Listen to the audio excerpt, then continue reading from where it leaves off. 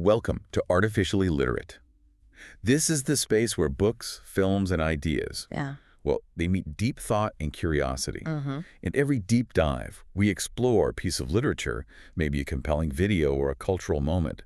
We try to meticulously break down its philosophical and, literal meanings. Right. So whether you're a lover of stories, maybe a seeker of meaning, or honestly just someone who enjoys a thoughtful takeaway that might make you look at the world a little differently, this is your home. Absolutely. Today, we're not just dipping our toes in. Oh, no. Yeah. We are plunging headfirst into a classic that has captivated imaginations across generations. It's a journey to the very depths of the ocean and the profound mysteries it holds. We are embarking on a deep dive into Jules Verne's seminal work, 20,000 Leagues Under the Sea. A true classic, and still so relevant. It really is. To set the scene for this extraordinary voyage, let's begin with a profound statement from the enigmatic captain of the Nautilus himself, Captain Nemo. He says, The sea is everything. It covers 7/10 of the terrestrial globe. Its breath is pure and healthy. It is an immense desert where man is never lonely, for he feels life stirring on all sides. such a powerful quote. It captures his whole philosophy almost. What a powerful opening, isn't it? This quote isn't merely a description of the ocean, it's more like a declaration of a worldview. Exactly. It immediately draws you into the mindset of a character who sees the ocean not as this vast, isolating barrier, but as a boundless, living entity, a complete world unto itself. Yeah, a realm of its own. This sets the stage for a narrative that explores realms both known and, well, utterly unknown. It's a theme that resonates deeply throughout the book, hinting at both the literal expanse of the ocean and the philosophical depths of his characters. It's a perfect encapsulation, I think, of Nemo's radical relationship with the natural world. It truly is. That initial description is absolutely crucial because it frames the entire narrative and establishes the core philosophical underpinnings of Nemo's existence, really. It's not just about a journey across the sea, which, explorers have been doing for centuries, Right. but a journey under it, into a realm that, back when Verne was writing in the mid-19th century, was largely inaccessible, purely theoretical for humanity almost. Utterly unknown territory. Exactly. And this revolutionary perspective allows Verne to explore themes of profound isolation, sure, but also absolute freedom. And man's complex, often fraught relationship with nature in really innovative ways.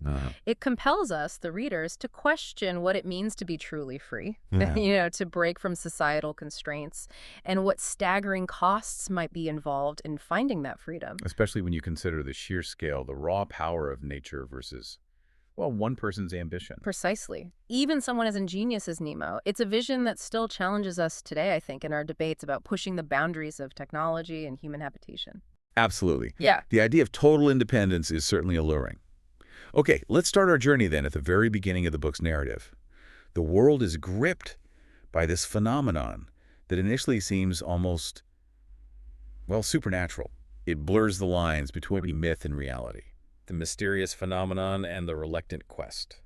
So the story kicks off not with an immediate plunge into the sea, but with this kind of global obsession. Yeah, it builds the mystery first. Right. In the mid-1860s, reports start flooding in from everywhere. Merchant ships, whalers, naval vessels all across the world's oceans.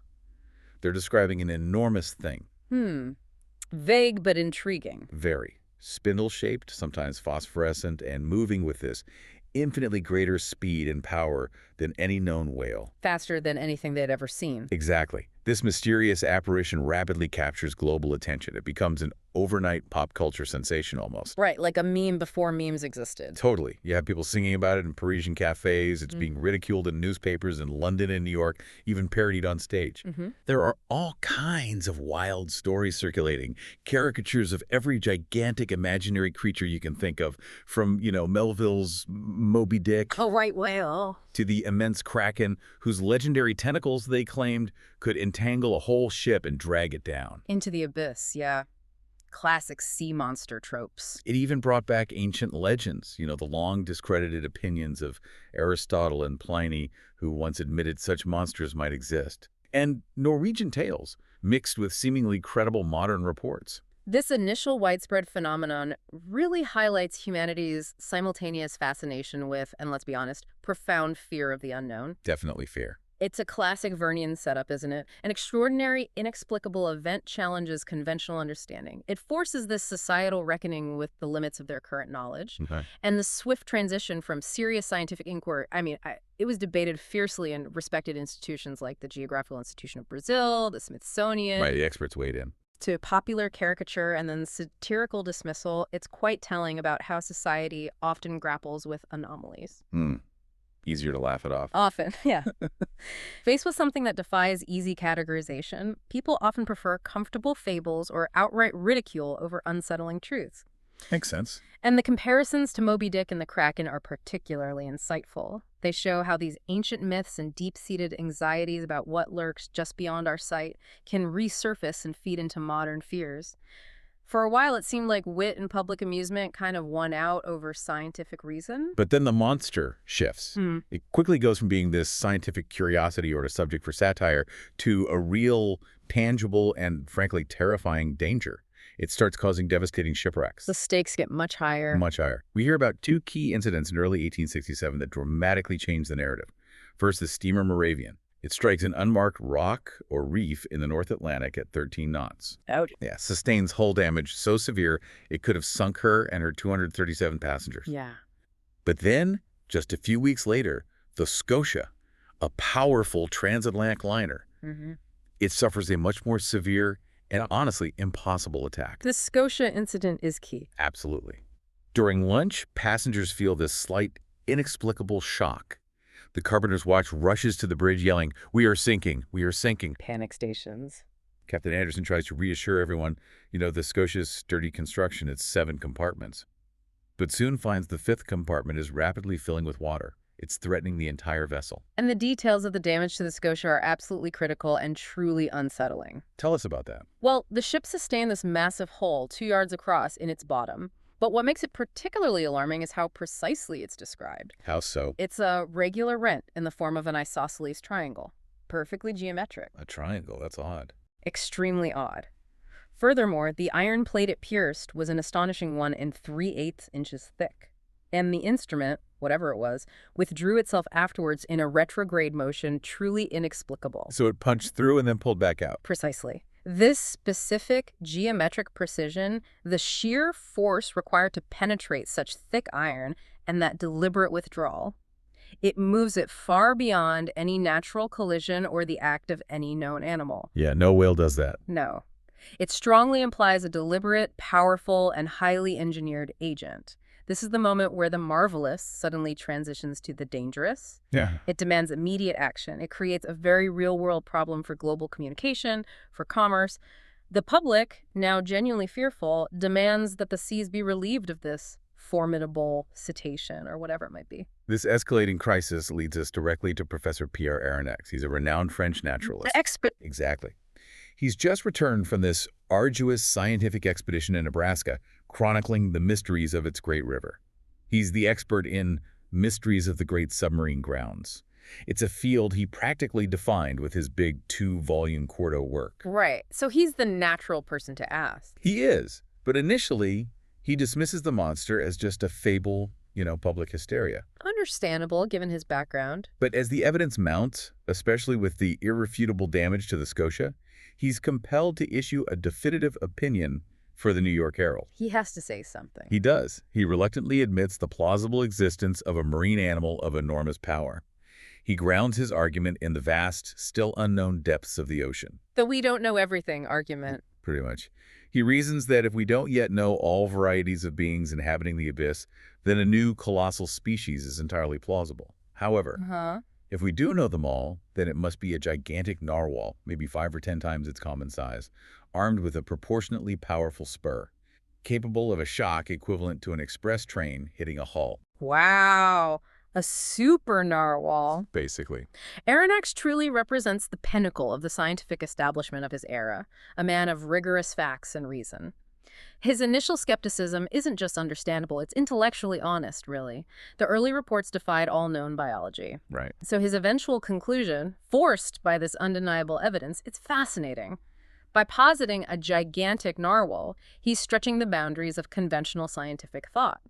even if he feels it's a bit cowardly, as he says, to admit the existence of such a supernatural being. He's trying to find some natural explanation, however extreme. Exactly. It highlights the inherent tension between established scientific knowledge and the truly anomalous. It showcases Aronnax's own internal conflict between maintaining his scientific dignity and the urgent need to offer some plausible, however extraordinary, explanation for a global crisis. It's a testament, in a way, to the scientific method's adaptability, even when confronted with the seemingly impossible. So what does this all mean for Aronnax personally? Despite his hesitations, despite wanting to go home to Paris, to his beloved collections, the allure of discovery, of chasing this disturbing monster, it just overrides everything else. The call of the unknown. Precisely. The U.S. government invites him to join the frigate Abraham Lincoln on a global hunt for this creature. He even rationalizes it by thinking, well, maybe the worthy animal might let itself be caught in European seas, and he might bring back half a yard of his ivory halberd to the Museum of Natural History. A modest goal. A rather ambitious souvenir. This is such a pivotal moment for Aronnax and for the narrative itself. His personal aspirations, his comfort, his academic desires, they're all subsumed by this larger sense of scientific duty and the irresistible pull of the unknown. It's the quintessential call to adventure, isn't it? But with a distinctly scientific and intellectual twist. He's driven by that fundamental human need to see, to document, to understand, even at significant personal cost, even despite the inconvenience of a potentially very long journey to the Antipodes. He can't resist. He can't. This deep dedication to scientific discovery, even when it puts one's life at profound risk, is a recurring theme in the book. It showcases the almost magnetic draw of the unexplained for a true scholar. It speaks to the core drive of exploration, whether it's into the natural world or, as we find out later, the frontiers of human ingenuity. So the Abraham Lincoln departs from New York to great fanfare, a real symbol of human resolve. The Brooklyn Quay is crowded with spectators. The ship is saluted by heavy guns. A truly grand send-off for what feels like a crusade. High hopes. Very high. Aboard, Aronnax meets Ned Land, a legendary Canadian harpooner. Ned, the practical man. Exactly. He's a pragmatic foil to Aronnax's scientific theorizing. He's utterly skeptical of monster capable of piercing thick iron plates. He's seen big whales. He knows what they can do. Right. He's a seasoned whaler, familiar with all the great marine mammals, but he just scoffs at the idea that any known creature could have caused the Scotia's damage. He argues quite reasonably that even the most powerful whale would just break its spur on such a hull. Ned Land truly embodies practical experience and, well, rugged common sense. His disbelief isn't rooted in ignorance, not at all. It's rooted in his vast, tangible experience with marine life and the undeniable physics of force and material. He knows the real world. Exactly. He provides a crucial, grounded counterpoint to Aronnax's theoretical explanations. It highlights that conflict between lived experience and academic hypothesis, and their debate over the monster's ability to withstand immense deep-sea pressure. That's a brilliant piece of exposition. Verne uses it to demonstrate complex scientific principles in a conversational, really accessible way. Yeah, the pressure stuff is fascinating. It is. Aronnax's detailed explanation of atmospheric and hydrostatic pressure, 15 pounds per square inch at the surface, increasing dramatically with depth to a staggering 97.5 million pounds at 32,000 feet, roughly 6 miles down. Mind-boggling numbers. Absolutely. It's a core educational moment for the reader. He challenges Ned to consider the incalculable strength an animal would need to resist such forces. He points out that Ned himself, with his 6,500 square inches of body surface, already bears 97,500 pounds of atmospheric pressure without perceiving it, thanks to internal equilibrium. Clever point. It is. And this detailed explanation is so compelling that it ultimately makes Ned admit, grudgingly perhaps, if such animals do exist at the bottom of the seas, they must necessarily be as strong as you say. It's a fantastic example of Verne blending compelling narrative with scientific instruction. Okay, so after weeks of fruitless searching, a few nerve-wracking false alarms, Ned Land finally sights the monster, November 6th. The moment arrives. The Abraham Lincoln gives chase. It's phosphorescent, shimmering with this strange inner light, and moves with an almost supernatural velocity. Unearthly. It seems to play with the frigate. It encircles it with electric rings like luminous dust, speeds away at 30 miles an hour when the Abraham Lincoln can only manage 19. Toying with them. Totally. Captain Farragut, witnessing this inexplicable behavior, is absolutely furious. He vows there's no third course beyond killing or being killed before finally opening fire with the forecastle gun. This first visual confirmation is truly electrifying. For the characters and for us reading it, Hmm.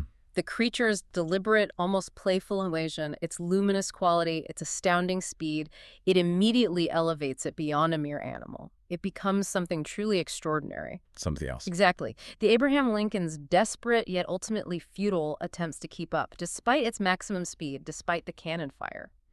It decisively shifts the power dynamic. Man versus something more. Right. It becomes clear that humanity, for all its technological might at the surface, is outmatched here. Captain Farragut's fierce determination that no third core statement, it underscores the primal conflict that's now been ignited.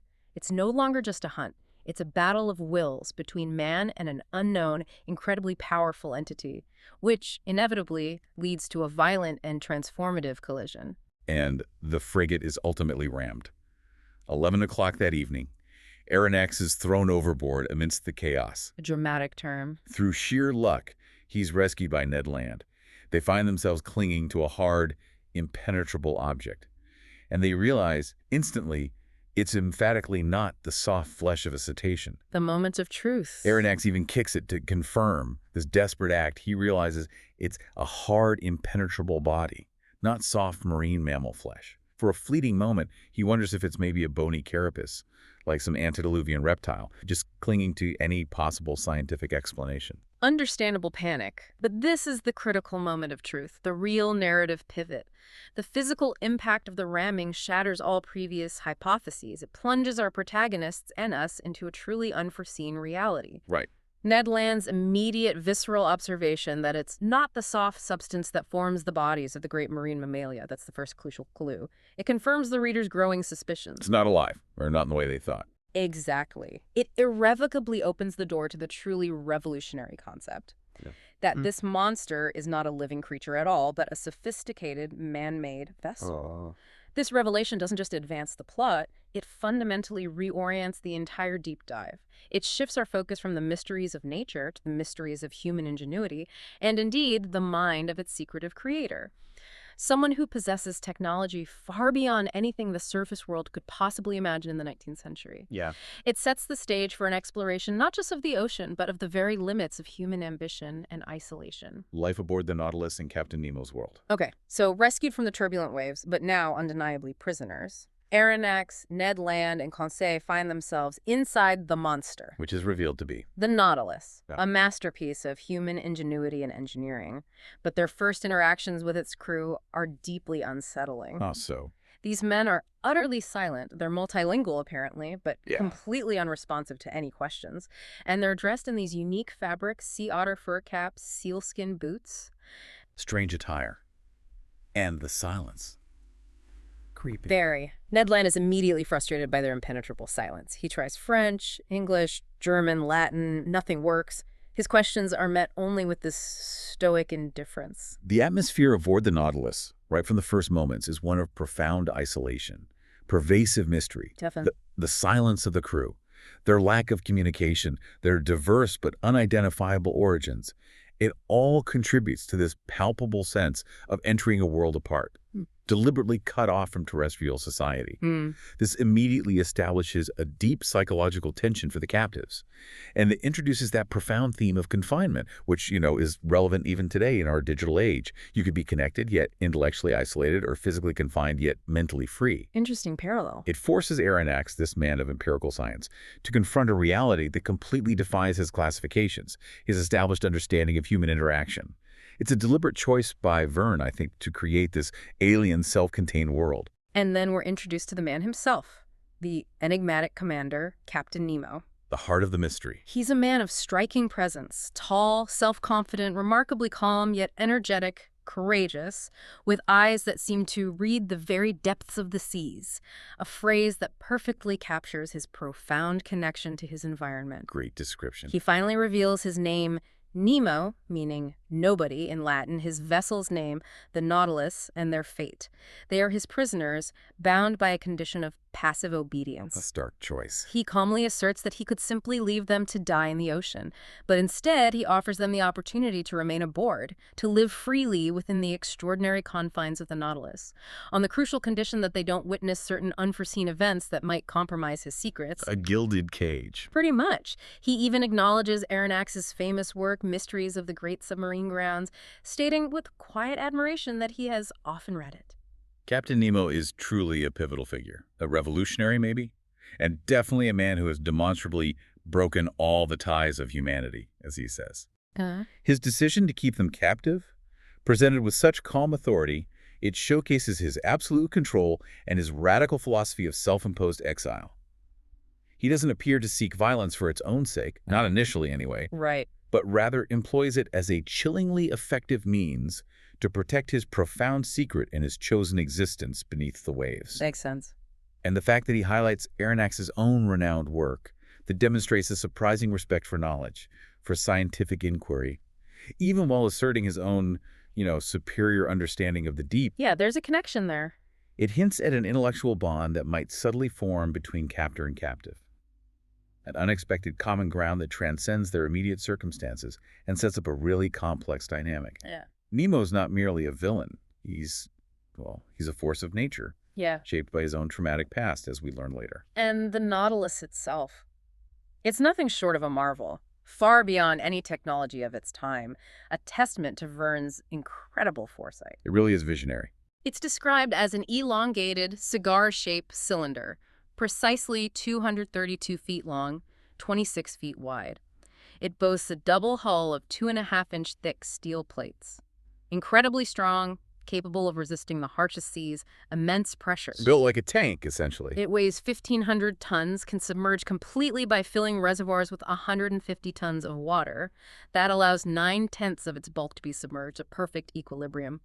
But the totally amazing part, the core of its radical independence, that's its power source. Ah, yes, the electricity. Exactly. This design is, in many ways, a blueprint for future submarine technology. It showcases Verne's breathtakingly accurate predictions. But the true innovation, the very lifeblood of the Nautilus, is its self-sustaining use of electricity. Which seemed almost like magic back then. Almost. Nemo reveals he extracts sodium from seawater to power everything on board: heat for warmth, light for illumination, motion for propulsion. He declares, with almost a religious fervor, "I owe all to the ocean. It produces electricity, and electricity gives heat, light, motion, and, in a word, life to the Nautilus." Incredible concept. It is, this idea of a completely self-sufficient vessel, drawing all its energy directly from its immediate environment. It was revolutionary then, and it remains a powerful, almost utopian vision of sustainable technology even now. Right. It speaks to a profound and absolute independence from the terrestrial world and its finite resources, a vision that many environmentalists and off-grid enthusiasts still kind of dream of today. It's a closed-loop system, a self-contained world. That's fascinating how this truly revolutionary power source also enables unprecedented deep-sea exploration. Aronnax quickly learns about the Rouquayrol apparatus for breathing underwater. Diving gear. Right. It stores air under 50 atmospheres of pressure, allowing for an astonishing 9 to 10 hours of breathable air. He also learns about the Ruhmkorff apparatus for light, using carbonic gas in a spiral glass to produce this continuous, intense white glow. Essential for seeing down there. And crucially, all of these are powered by Nemo's unique sodium-based electricity. These devices aren't just accessories. They are absolutely integral to Nemo's ability to truly live in the ocean, not just travel through it. The Rouquayrol apparatus, for instance, was a real diving invention of Verne's time, designed by Rouquayrol and Denaruz.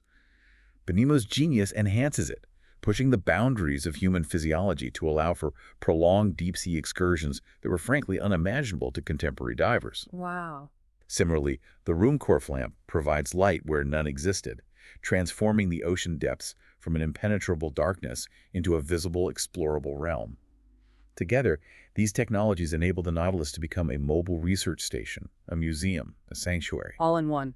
It powerfully illustrates the idea that technology, when used deliberately and with a guiding vision, even an eccentric one like Nemo's, can open up entirely new dimensions of existence and knowledge. It allows an unprecedented level of interaction with the marine environment, fundamentally changing humanity's relationship with the deep. And Captain Nemo further reveals that his ship is not merely a vessel. It's a vast, meticulously curated museum and library. Ah, the famous saloon. Exactly. He has collected all the treasures of nature and art, from rare shells, some worth an astounding 1,000 pounds, others exceeding the value of famous jewels like the one Tavernier sold to the Shah of Persia for 3 million francs. Incredible, yeah. To original works by the greatest composers and artists, all housed in this vast, splendidly lit drawing room, a sanctuary of culture deep beneath the waves.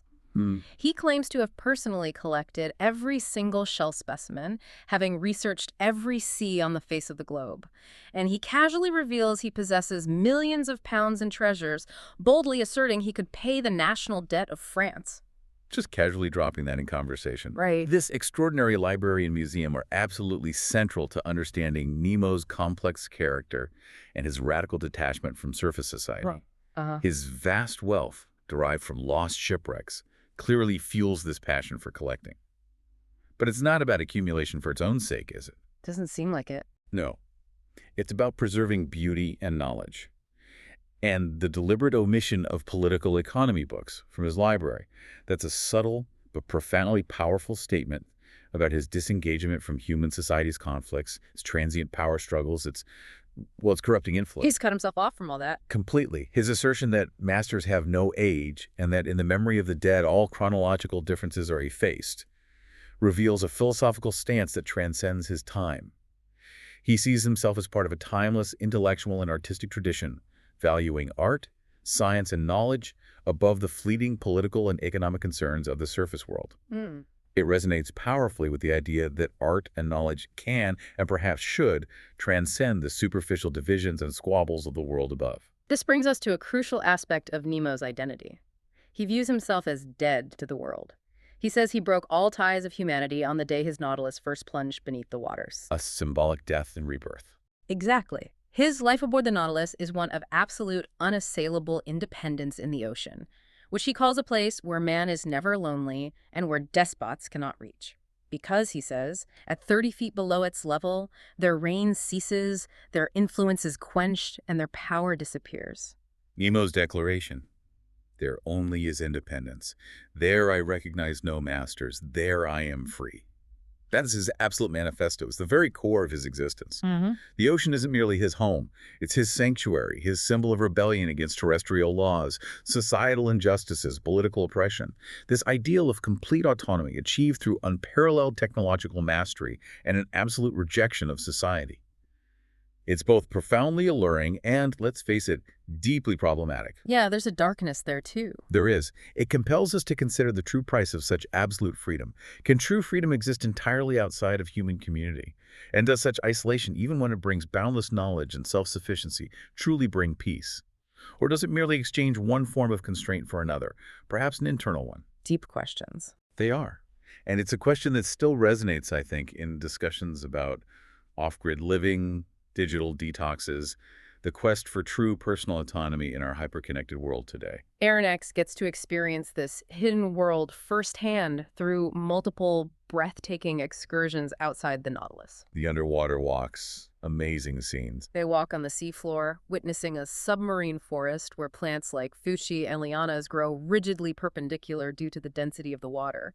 It's like a region of verticality, defying gravity's usual pull. Strange physics down there. He notes the surprising perfection of the submarine flora and the blurring lines between animal and plant life. It's difficult to distinguish between zoophytes and hydrophytes, adding to the sense of a truly alien yet thriving ecosystem. These early excursions are every naturalist's dream, aren't they? Yeah. An unprecedented opportunity to observe an entirely new, uncatalogued ecosystem. Absolutely. The description of the vertical plant growth due to hydrostatic pressure, that's a fantastic scientific detail. It immediately emphasizes that this is a truly alien environment governed by different rules of physics and biology than those on the surface. And the blurring of lines between flora and fauna highlights the richness and strangeness of ecosystems unseen by the surface world. It inspires a profound sense of awe and reinforces the idea of a living, breathing ocean, teeming with unknown wonders. It's a reminder of how much of our own planet remains unexplored and how conventional classifications can just fall apart when confronted with new realities. We also see a glimpse of Nemo's darker, yet still principled side during these adventures. For instance, during a hunt in the submarine forest, he provides Ned Land with an air gun instead of a gunpowder one. Ah, yes. Highlighting his self-sufficiency again. Right. Independence from surface manufacturing for even basic armaments. They hunt a magnificent sea otter and later an albatross, both valuable creatures whose pelts and feathers could fetch a high price. However, Nemo later reveals his profound disdain for killing's sake when Ned wants to hunt whales. He forbids it outright. This detail about the air gun, it underscores his advanced technology and his comprehensive independence from surface supplies, even for something as basic as ammunition. Total self-reliance. And his nuanced stance on hunting, permitting it for sustenance, like the dugong in the Red Sea, which they later eat. Right. But unequivocally condemning wanton destruction like commercial whaling, that reveals an environmental consciousness remarkably ahead of his time. Definitely. He acknowledges that whales have plenty of natural enemies without human interference.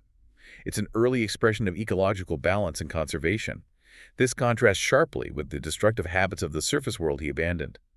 It showcases a consistent, if maybe harsh and selectively applied, moral code rooted in respect for the natural world, provided it serves his purposes, of course. The Nautilus navigates incredible, often hidden routes that defy traditional cartography. They travel through the Red Sea, where Nemo reveals his profound understanding of its name. He explains it comes from a microscopic seaweed, not biblical legend. He says he personally saw the Bay of Tor entirely red, like a sea of blood. Right. Always contrasting scientific explanation with fanciful historical accounts, prioritizing empirical observation. Always. This scientific explanation for the Red Sea's color is such a classic Verne touch, demystifying a natural phenomenon with rational, scientific reason. It constantly showcases Nemo's extensive empirical knowledge of the sea. It's always on display. And his unwavering commitment to understanding the natural world through direct observation and scientific principles, rather than inherited myth or superstition. He's a man of science, fundamentally, even if his application of that science is, well, extreme. But Nemo also claims something truly astounding here. He tells Aronnax he has found the actual spot where Moses and the Israelites crossed the Red Sea. What? He asserts that Pharaoh's army perished right there, and that excavations made in the middle of the sand would bring to light a large number of arms and instruments of Egyptian origin. That's a bold claim.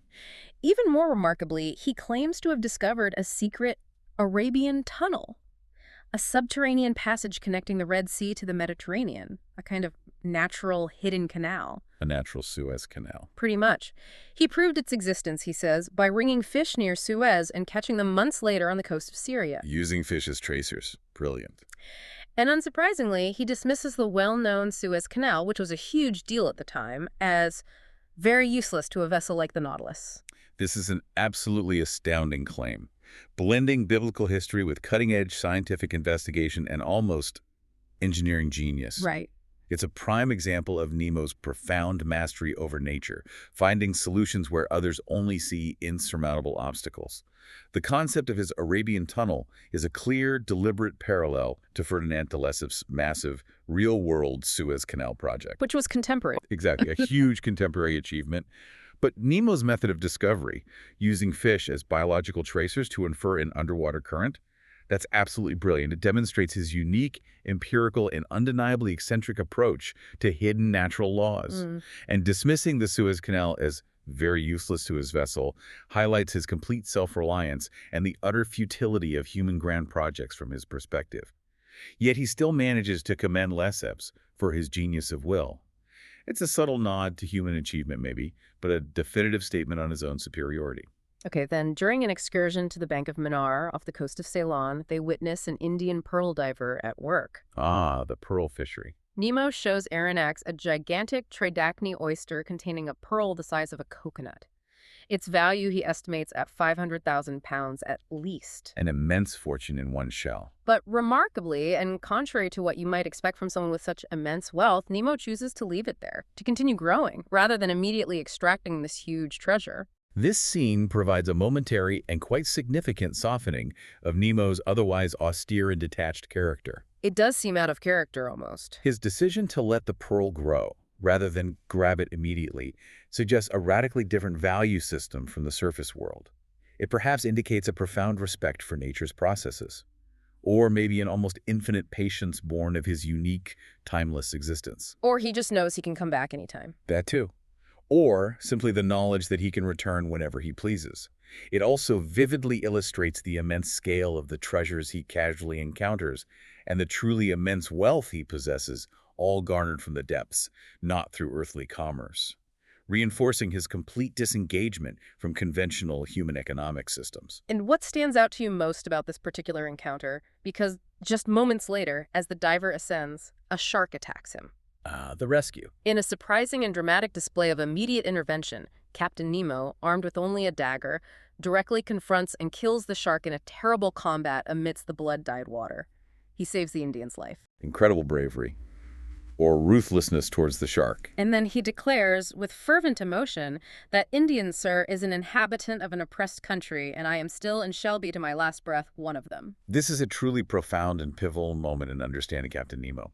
Absolutely crucial. Why do you say that? It reveals that beneath his misanthropy, his detachment from humanity, his vengeful motivations, there's a strong, undeniable moral compass, a deep, if selectively applied, empathy for the oppressed. So he's not entirely detached? No. His identity is intrinsically tied to a past struggle against an unnamed accursed nation, and his actions here are a direct, visceral extension of that commitment. He chooses to intervene to save a poor devil from a natural predator. It reinforces his self-appointed role as a protector of the marginalized and a punisher of those who inflict oppression. This act of clemency, as he ironically called his initial capture of Aronnax, is rooted in a profound sense of justice. However distorted or selectively applied it may seem from the outside, it hints strongly at the traumatic past that forged him into the isolated avenger he is. This incredible act of heroism, then, and Nemo's impassioned declaration, it makes you wonder deeply about the true depths of his past, the motivations that forged his extraordinary, yet fractured character. Absolutely. And speaking of depths, Captain Nemo himself tells us, sir, live in the bosom of the waters, there only is independence. There I recognize no masters. There I am free. His mantra. We hope you're enjoying this deep dive into 20,000 Leagues Under the Sea. Remember, you can find Artificially Literate on Apple Podcasts, Spotify, and YouTube. Be sure to follow. Be sure to follow us for more thought-provoking discussions like this one. Now, let's continue our voyage into the unknown and the ultimate revelations. Vengeance, Atlantis, and Uncertain Freedom. All right, part 3, where things get even more intense. Definitely. Our journey continues as the Nautilus takes Aronnax to Vigo Bay off the coast of Spain. Vigo Bay, scene of a famous naval battle. Exactly. And here, Captain Nemo reveals the astonishing source of his immense wealth. It's the sunken galleons from that real-life 1702 naval battle, laden with gold and silver plundered from America by Spain. Sunken treasure, literally. He speaks of it as his banking house, where his riches are infinitely safer than in the chests of the state. He knows the exact amount of treasure still down there, valued at an incredible 500 millions, which he says he has no interest in except to retrieve what he needs for his own purposes whenever he sees fit. This is a truly crucial piece of the puzzle regarding Nemo's financial independence and his complete, absolute disengagement from global economic system. He doesn't need their money. Not at all. He isn't seeking new wealth through commerce or terrestrial exploitation. He's simply reclaiming what has been lost and forgotten by the surface world. Drawing from the charnel house of history, you could say, from the remnants of past conflicts. His profound contempt for the gamblers, meaning the shareholders and speculators who endlessly seek to recover this lost treasure, and his deep pity for the unfortunates to whom such riches, well distributed, would have been profitable. It underscores his unique perspective on wealth and its societal impact. Yeah, he sees it differently. It's a powerful statement about the true cost of human conflict and greed, and how he has chosen to operate entirely outside of that corrupting system. He views the surface world's obsession with material wealth as, well, futile. But the wonders don't stop there. Moving beyond mere treasure, Nemo then takes them to a truly astonishing place. The ruins of a lost city deep under the Atlantic Ocean. Atlantis, the big one. Lit dramatically by a submarine volcano vomiting forth torrents of glowing lava, they behold these structures with Tuscan architecture, intricate aqueducts, even unmistakable traces of a Parthenon, a perfect Pompeii, escaped beneath the waters. What a scene. The whole scene is eerily preserved, a snapshot of a civilization frozen in time. Nemo, in a moment of profound revelation, inscribes one solitary word on a basalt rock: Atlantis. This is perhaps the most fantastical yet profoundly significant discovery in the entire book. It demonstrates Verne's unparalleled imagination. Taking myth and making it real. Exactly. He takes this legendary myth, Plato's Atlantis, often dismissed by scientists as pure fiction, and renders it a tangible, submerged reality. It deeply taps into that ancient human fascination with lost civilizations and the awe-inspiring idea of catastrophic geological shifts that can swallow entire societies. Uh-huh. The volcanic activity dramatically lighting the scene that's a stroke of genius, emphasizing the raw, untamed power of the earth that swallowed this advanced society and the enduring, relentless processes of nature. This journey to Atlantis isn't just about discovery. It's about connecting with a forgotten, almost pre-human past. A past that speaks to the inherent fragility of human achievement and the enduring, overwhelming power of nature.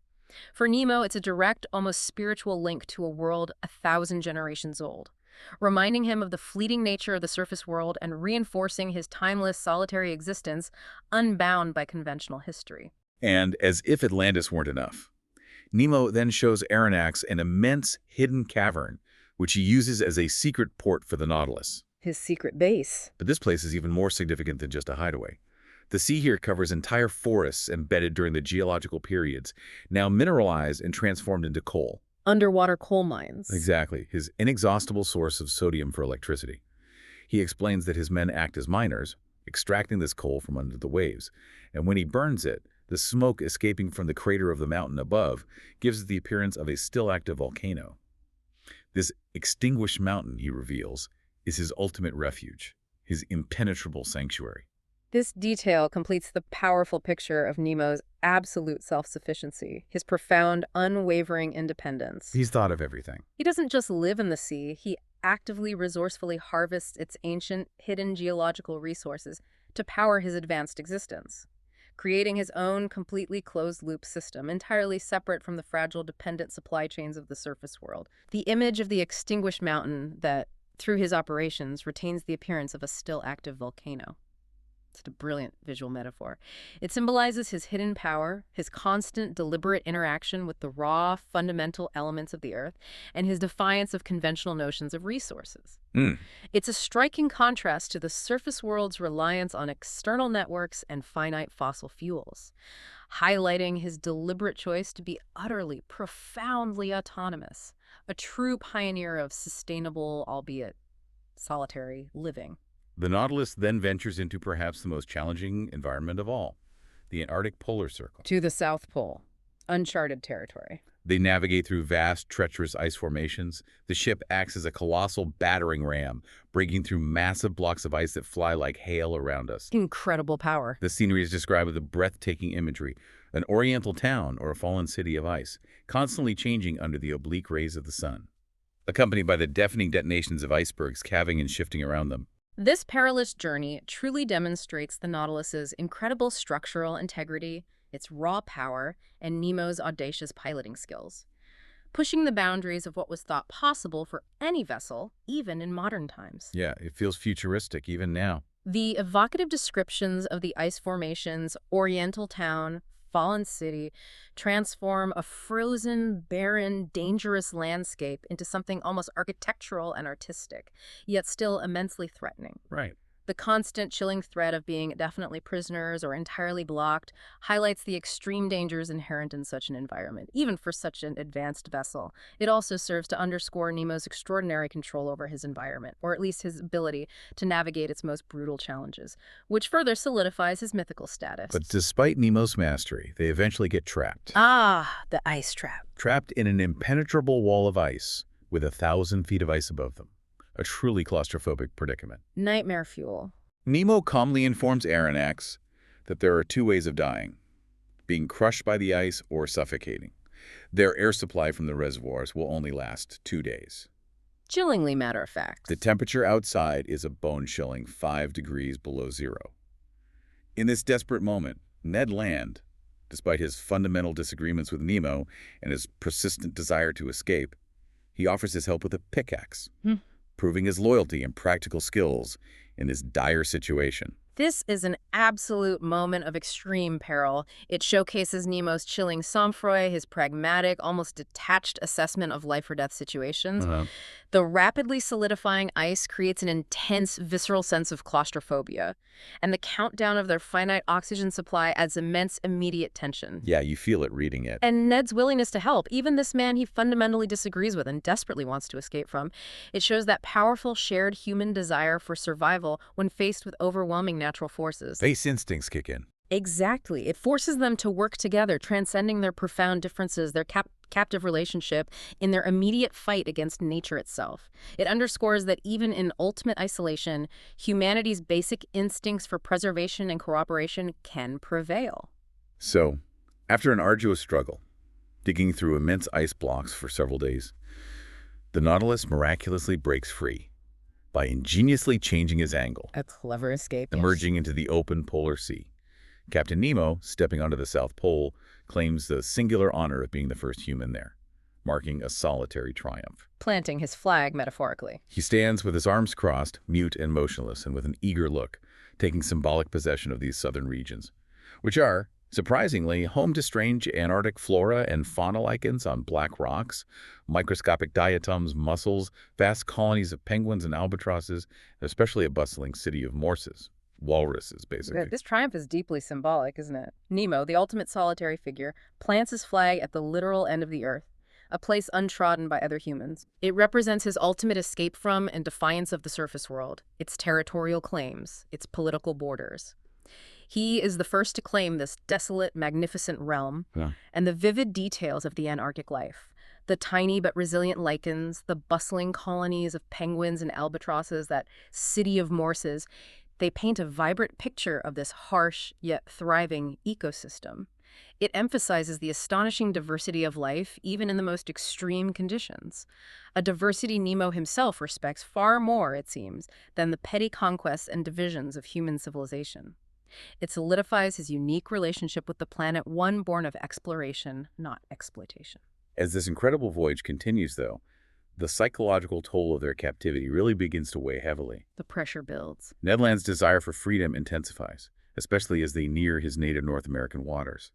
He feels the pull of home. Understandably. Aronnax himself feels increasingly conflicted. He's torn between the allure of this unprecedented scientific discovery aboard the Nautilus and his deep-seated longing for liberty, for reconnection with his own world. The novelty wears off, the confinement waits. Exactly. Captain Nemo becomes increasingly reclusive, shunning company. And he's eventually found preparing a manuscript of his lifetime of studies, meticulously sealing it in a floating case. A message in a bottle, essentially. A desperate final message to a world he's forsaken, meant to be discovered by others if he perishes. The psychological toll of confinement begins to show itself profoundly.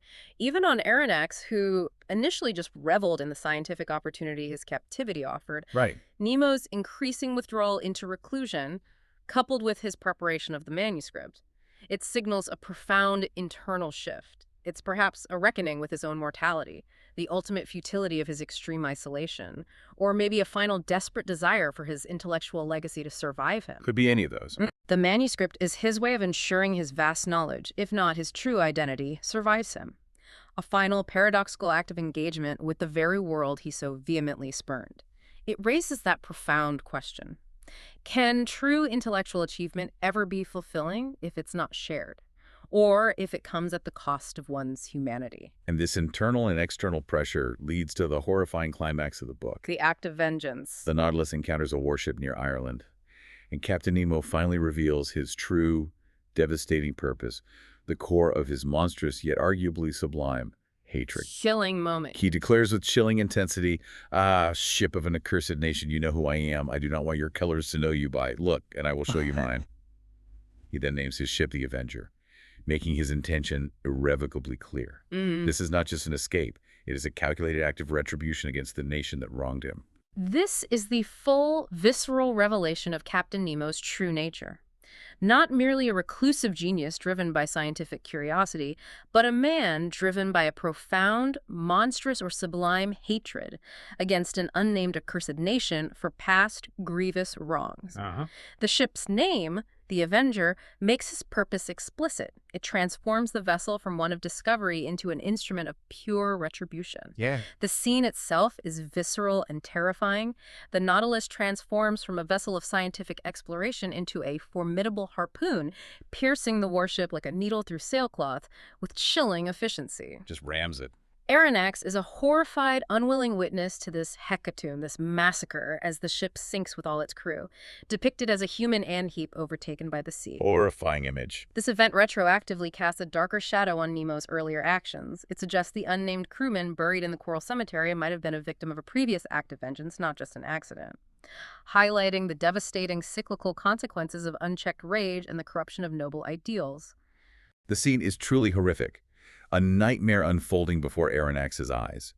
He describes his insurmountable horror for Captain Nemo, his previous admiration completely shattered. Understandably. He realizes with a sickening certainty that Nemo has deliberately made him a witness, if not an unwitting accomplice, to his devastating vengeance.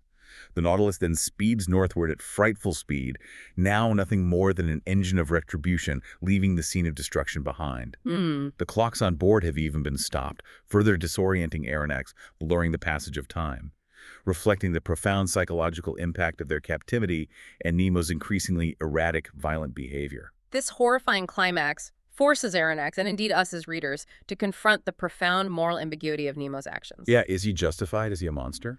His singular quest for independence and his deep scientific passion have tragically mutated into this destructive, all-consuming vendetta.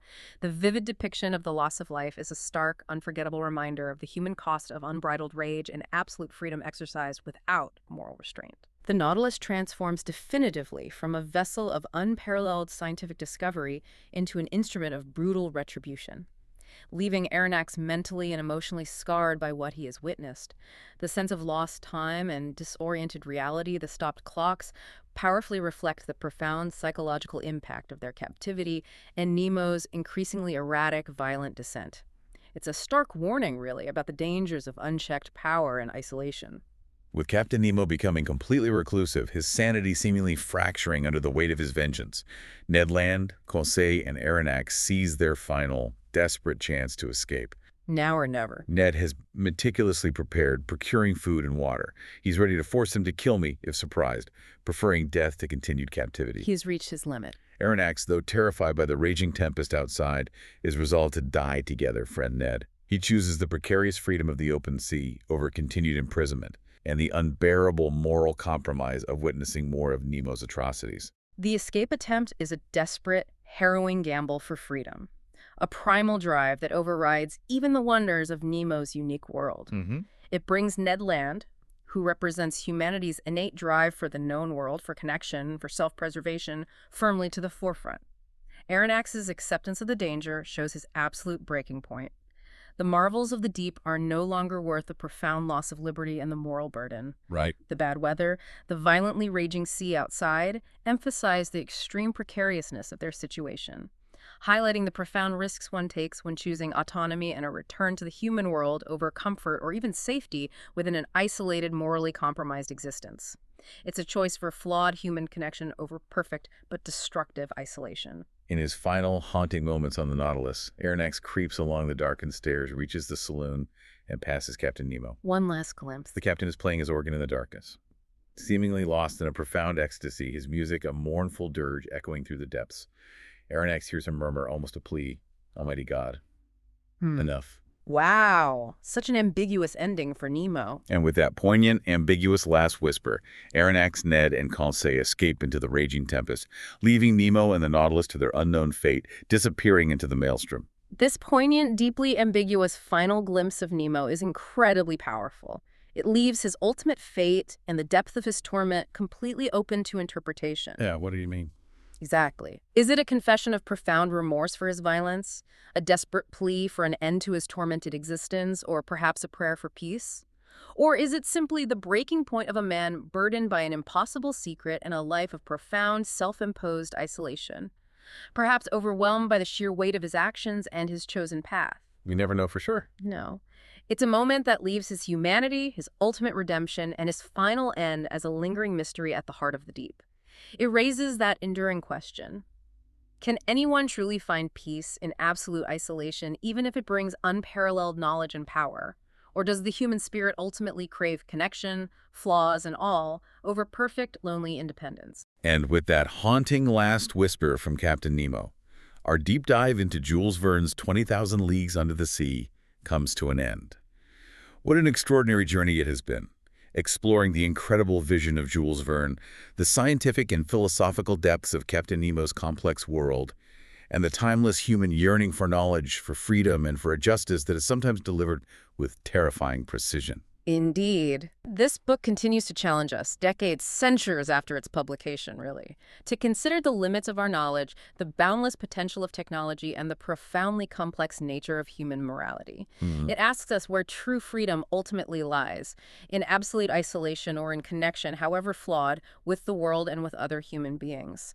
It reminds us that humanity's greatest achievements can be tragically twisted by vengeance, and that the ocean, however vast and deep, cannot contain all of man's inner turmoil or the consequences of his choices. Thank you for joining us on Artificially Literate for this unforgettable deep dive. If you enjoyed this exploration and maybe found some new perspectives on this classic, Hope so. be sure to check out our other deep dives and follow us for more such thought-provoking discussions. We're available on Apple Podcasts, Spotify, and YouTube. Stay tuned for our next book. Looking forward to it. And remember, as we always say here at Artificially Literate, feed your brain, starve your inner fool.